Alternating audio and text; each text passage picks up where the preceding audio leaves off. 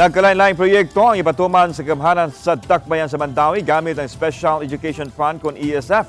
Gipahibaw ni Attorney Regal, Oliva, Mandaue City Treasurer nga 700 million pesos ang gigahin karon sa local school board aron gamiton sa pagpatuman sa nakadiyang proyekto sa mga public elementary o high school sa dakbayan.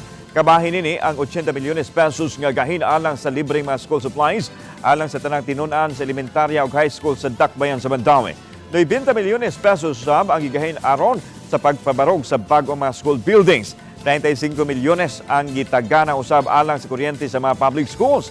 50 milyones pesos alang sa solar panels ug lights nga inaanamanang pagtaon sa mga tunghaan aron makamino sa paggamit sa kuryente. 70 milyones pesos nga speech laboratory ug 60 milyones pesos alang sa Mandaue City College. Ang special education gikuha gikan sa 1% nga real property tax.